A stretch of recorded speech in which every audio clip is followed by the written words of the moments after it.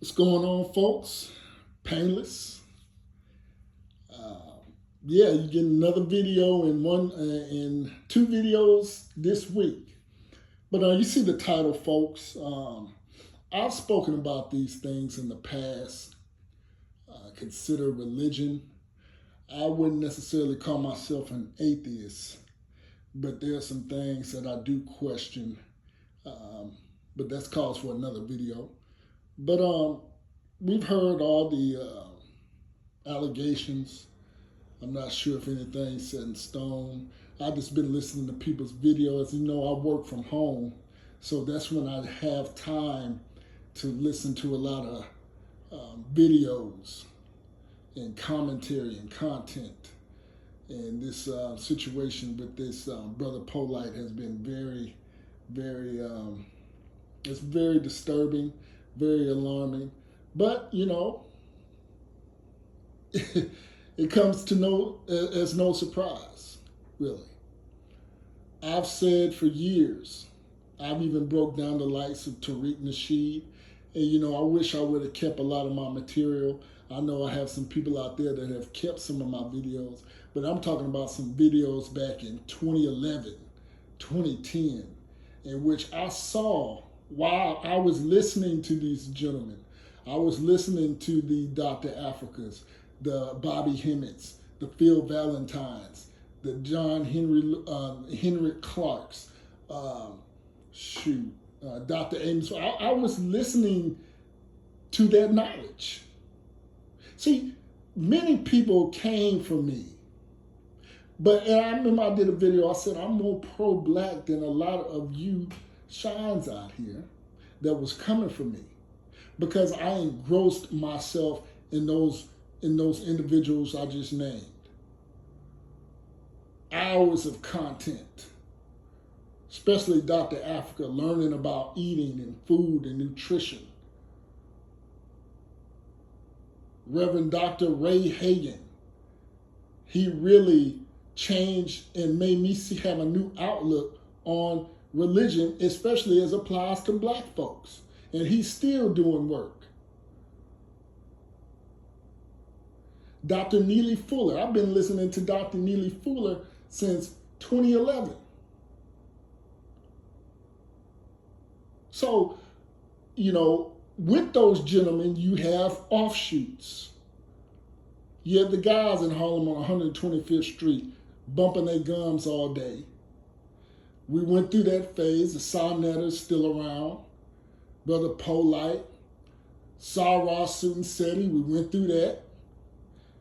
And a bunch of other Fez hat wearing looking dudes. And I've said to me, like I said, you know, I broke down Tariq Nasheed and how he's an opportunist. And I broke down the teachings of the black Hebrew Israelites, because it didn't make sense. Because if you look at their tree, you had the Cubans and Dominicans come from this tribe, and Native Americans. It was so, I didn't understand, like, there was no such thing as a Cuban or Dominican back in these biblical Hebrew times.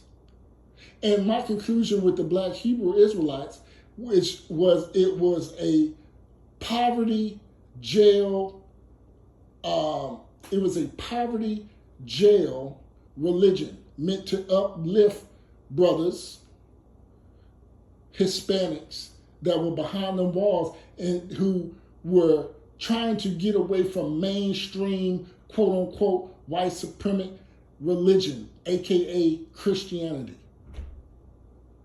That's what I summed up the black Hebrew Israelites in their mythology and their ideology, their edicts. It was a feel-good, because if you look at the individuals doing it now, you go to LA, you got Mexicans with beards growing, talking all that stuff. You know, the Power Ranger suits. I remember doing a video about that and people came after me. But you know, I've had I've had various other channels, and but that's neither here nor there. But back to this, there seems to be within the last 5 years, probably more, a a a more drawing to of black women going into witchcraft. And I saw something on Vice Network. It was like a 15-minute video in which they was talking about it. And there's a couple of things that came to mind. A lot of black folks are leaving the church for whatever reason. But this idea of being ingrained in religiosity, to always, we're going to stop going to church, but can't get rid of that God factor. It's very prevalent in the so-called black community. So while black folks leave the church, they don't totally leave religion. They transfer it from Christianity, whatever denomination, Kojic, Baptist, Holiness, Episcopalian, Presbyterian, whatever. And they don't just leave all that. They have to jump into something else. And here we have black women jumping into witchcraft. And of course, it's dipped in chocolate, meaning that, this is what we were doing back in Africa. And I'm going to get to that here in a moment.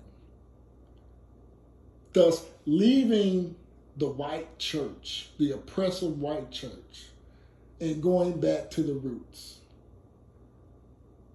And I would say there's been an emergence of Native people or non-white people trying to go back to their roots. I've seen, many of you all know I lived in Hawaii for an extended period of time, and I saw that with the Native Hawaiians, going back to their cultural practices. This emergence of going back. You see it with the Indians, the Native Americans, trying to go back and relearn new old traditions and cultures and ways of living. And here you have black folks trying to do the same.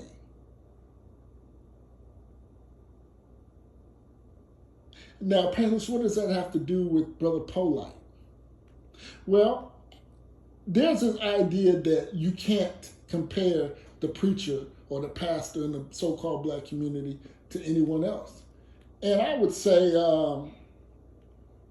it depends on what angle you're taking.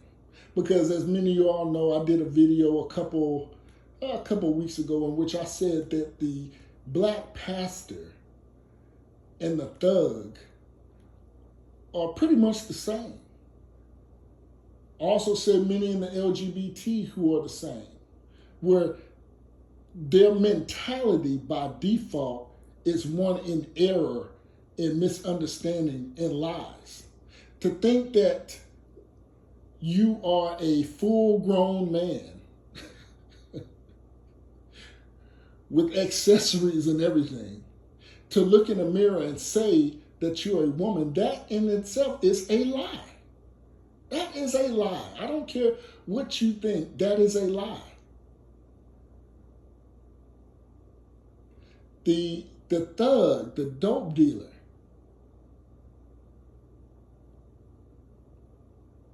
who has killed, who has probably killed dozens of people,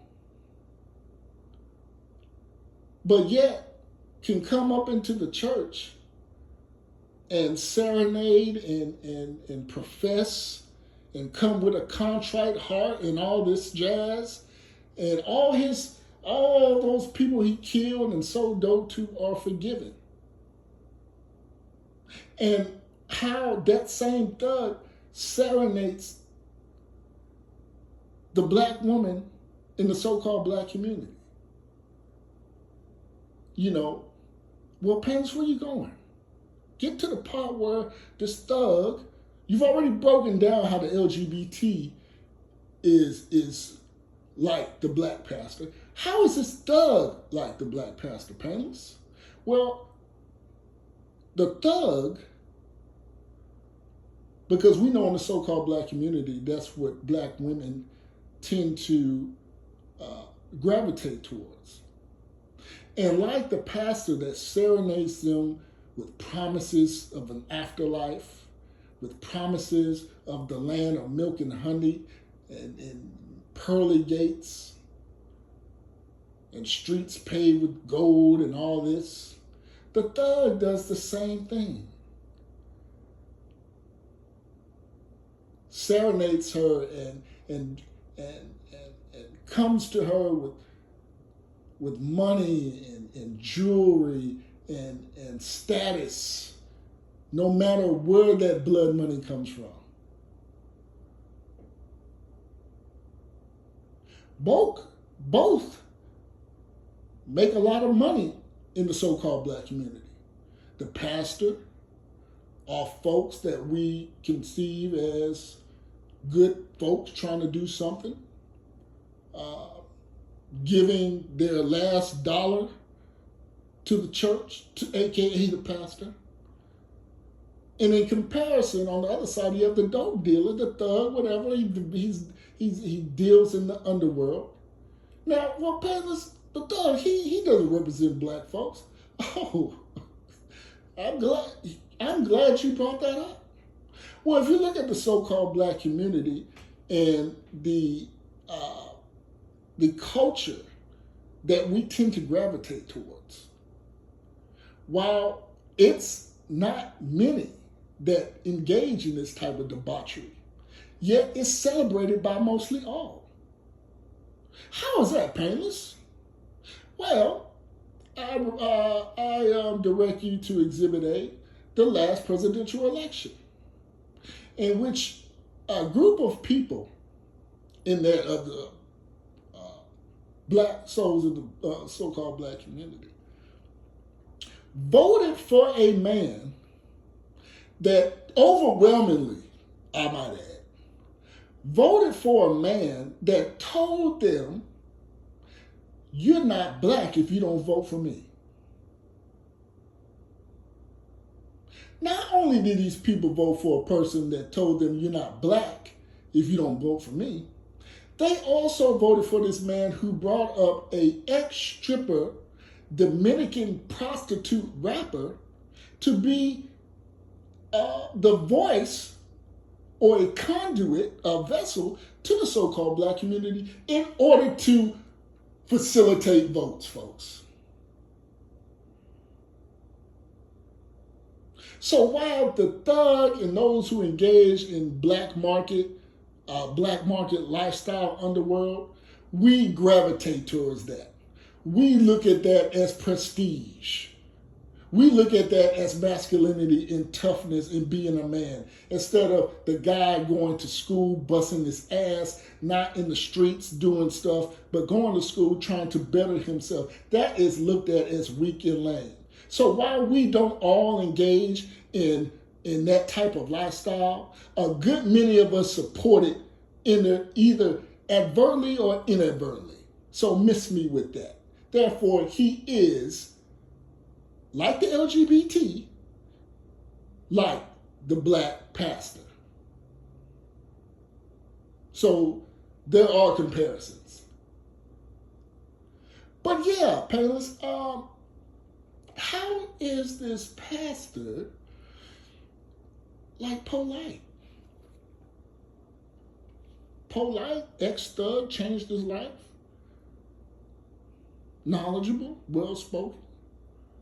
Well, I'm glad you asked that question, son.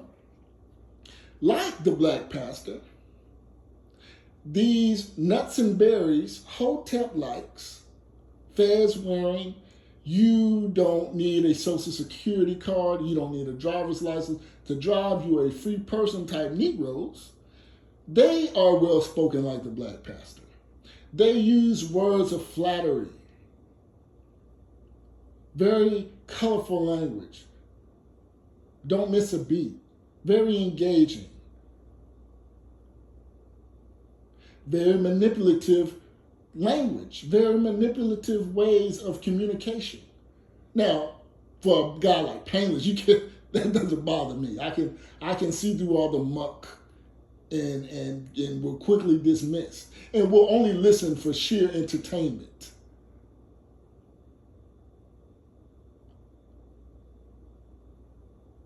And that's what we have, ladies and gentlemen. The pastor and brother polites and types like this are they're one of the same. And this is why the black woman reverts back. While she can't leave, she may leave the church. She can't leave. She needs that mouthpiece. She needs that flattery, which is why either they go and join these types of pseudo black power groups in which all they do is engage in pissing contests about shit that supposedly, quote unquote, happened 4,000 years ago in Africa, Kemet and all this stuff, which has absolutely no usage in today in terms of the so-called black community. It's just a bunch of verbal jousting, that's all it is.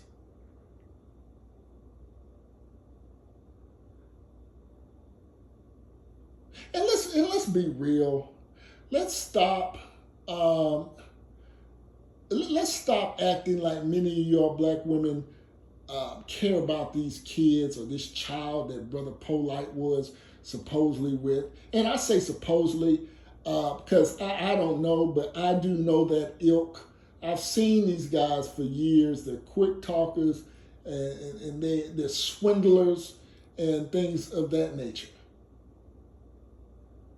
But let's stop acting like they're worried about the kids. You have these women out here, you know, I would go so far as to say there's a lot of black women that are, especially as of now, that are on that path. They really, think about this, folks. Just think about this. You having a bunch of illegitimate children. This is why you see a lot of black women on Friday night. Where are they taking their kids to? Their parents' house. The quick, fast way they can dump their kids off, they gone. Because a lot of these single mothers, they do not love their kids. They do not want their kids. I remember T-Mont, shout out to brother Derek Grayson, when he had this T-Mont channel. He was another inspiration for me, another OG that I used to listen to, that used to drop game. And I remember he did a video that said, black kids ain't raised up, they are drugged up. Meaning like you dragging somebody up to your level. Meaning you only thing I'm doing for you is feeding you, allowing you a place to sleep and shit. Any ideas of morals, how to conduct yourself in society, how to, just do you have any type of manners is null and void in the so-called black community. And I said many and countless times that this has been on the black woman's watch. I've said many times that for a man to kill, a young person to kill, a person to kill is a very feminine trait. And yet when you have a bunch of the highest rate of death amongst black men in America is homicide. Correct me if I'm wrong. Last time I checked, the highest rate of death for black men in America is by homicide. So when you have a lot of men, young boys, out here killing each other, that's a feminine trait. Who's teaching them that feminine trait? Are fucking black women, black mothers. Let's stop playing with this. And I'm glad, see, I was a lone ranger in this, but see, I'm suspecting, I'm seeing a lot of guys in their young 20s, mid 20s, who probably, when I was speaking this, were 12, 15, 16. It's good to hear young men, especially in the so-called black community, recognizing and saying the things that I said, and I just sit back and I was like, I shake. I'm like, damn, that's real good to hear that these guys was getting, because a lot of you shines my age was calling me a damn coon. Now all these things have come to fruition and you're changing your tune now. I sat here and listened to some people that have been on YouTube just as long as me, have done a total 180. A total 180, folks. Now, I ain't gonna drop no names, but they know who they are. And I seen, you know what that tells me? You've grown. You have grown. And congratulations and good for you. Because the cat's out the bag, folks. We have more access to media than we did even when YouTube first came out. Like, shit, there wasn't no smartphones when I first came out on YouTube. 09? I don't remember having no I remember I had a BlackBerry phone. And that shit had that Microsoft operating system. You couldn't do nothing. I think you could take a picture, but something like this, oh no. To do videos and to do content back in the mid 2000s, you had to have a computer or a laptop. See, I'm doing this. I have my laptop and, I have my setup and my home office and all that good stuff. But I'm doing this on my phone, right here in my living room.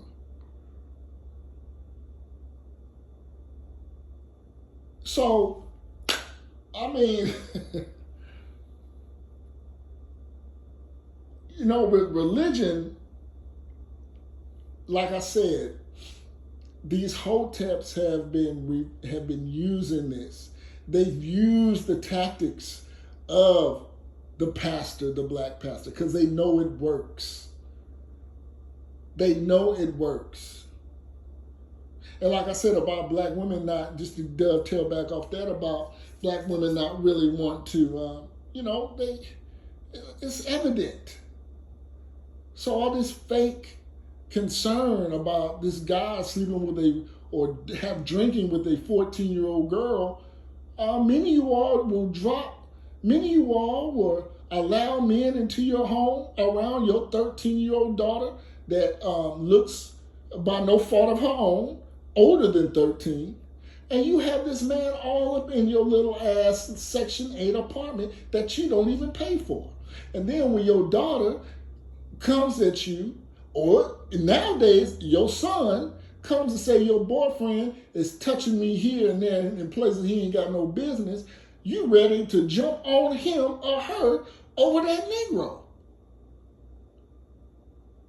Because you don't have it like you used to. Things are sagging in areas where they used to be firm. Now you trying to hold on to this man, and you don't even care what he does to your child or your children. So stop in the so-called, and like I said, y'all half-ass raise these kids, and I said this all the time, ye shall know them by their fruits. And the fruits are despicable, they're rotten. We can't use them. And that's what society is starting to look at. That's what society is starting to see, that many black folks, especially young black males, unfortunately, are a nuisance, are a problem. And it's unfortunate, because I'm a black male, and I don't, but it is what it is. And I have to protect myself and my family, even though it's just myself, but members in my family. I have to protect them as such. But yeah, these Hotep nuts and berries, they use the tactics of the black pastor. And it's interesting that many of these black women who are these sage burning incense, you know, I was watching the story on Vice, and the girl had out some cups of liquor, water, food, statues, saying her ancestors come back and she has it from. And see, that's that. When you're living in that type of mentality, you're to me, you're out of tune with reality. And I said, this is the problem in the so-called black community. We're too superstitious. We think we can pray our problems away instead of looking at the situation. And I think a lot of the problems in the so-called black community can be solved. But what we have is secular problems, simple conflict resolution problems, which can be solved by proper upbringing, manners, understanding, respect, which is devoid in the so-called black community. And I've been saying this for years. But like I said, it's funny that these sisters who are leaving the white church and going back to the roots, is those same roots are the same ones that got our asses stole by the millions by people who created these religions but used it to their benefit. Like they know how to turn. See, white people, I would say that those people, because that religion comes from a different part of the world than where we're from, they know how to turn that shit on and off. Black people are always on religion. When I'm watching interviews, sporting interviews, I don't hear white people saying, well, you know, I first and all, I got to give honor to Almighty God and blah, blah, blah, blah, blah. But I hear this from young people, old people. Now, on the face, it sounds honorable, commendable. But when you look at our history, and when you look at the condition of the so-called black community, it makes no goddamn sense, no pun intended. It makes no sense. And that same type of spiritual, religious, got our asses handed to us. We couldn't see, yeah, there was revolts and stuff, but I mean, we're talking about centuries of Negroes being transported from one part of the world to the other. Didn't somebody say, what the fuck? Huh?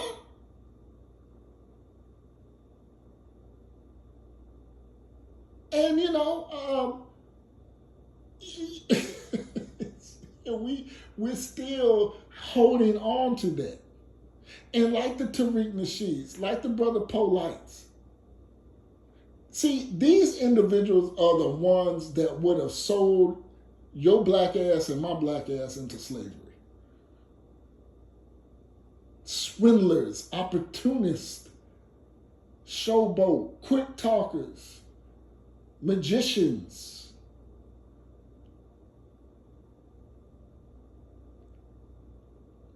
You know, the most secular countries in the world, well, I would say this, because America, it likes to say it's a Christian country, but it doesn't. It doesn't operate like one at all. But you look at countries like Japan and Korea, very secular countries. Yeah, they have a suicide problem, but you don't have shit shacks. You don't have people making dirt pies in Japan. Okay. Yet Japan had an atomic bomb dropped on them. Now, I know some of y'all that's kind of a little versed in history. Well, apparently the Americans, they helped prop up the Japanese. And you're absolutely correct. But to me, there's something secular. You didn't have the white man hovering over those Japanese as they built. That's what I'm getting to. Like there was a certain level of ingenuity in the culture of those Japanese people, a certain resolve in those people. And you can see that manifested in their culture and the way that they operate today. However, you look at Haiti, or Paris, France, you know what France did, they still... Think about all the billions of dollars that have been given to Haiti.